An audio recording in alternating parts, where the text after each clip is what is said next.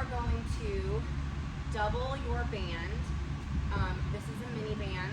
It's likely that you're going to either be assigned a monster band, a mini band, or a micro mini band. And you want to place your, like if I were to choke these or double these from the top of the rig, it would be much too much band tension. So I'm going to double these over pins, and when I attach the band initially to the bar, so I've doubled over pins on each side. I did that before I put the plates on, and this is kind of why it might need to be a two-person job. The bar is going to float a little bit just outside of the J-hooks because we want it to be completely deloaded at lockout, completely deloaded the top.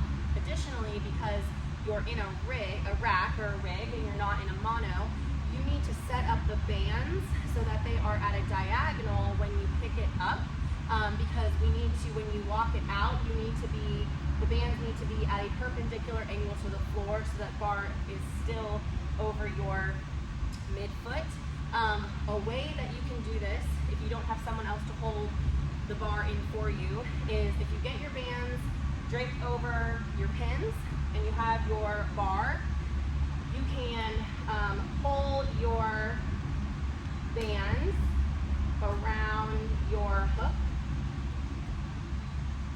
And I can show this so that the bands are now anchored not on the bar but on this J-hook. They're hooked underneath.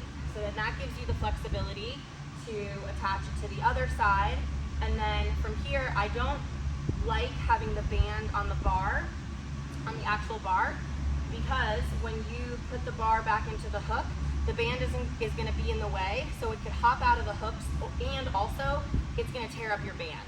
So we want the band to be just on the inside of the collar, and then you can slide the plates right up against there and it will be nice and secure. Same thing when you are changing weights after you get up to a certain amount of weight. Like, so even with like a 10 or a quarter, this bar is not going to float because, again, we just want it to deload at the top. So it's basically just the tension, the reverse tension of the band is just meeting the weight of the bar. Maybe you're using a 45-pound bar, 60-pound bar, 65-pound bar, whatever it is.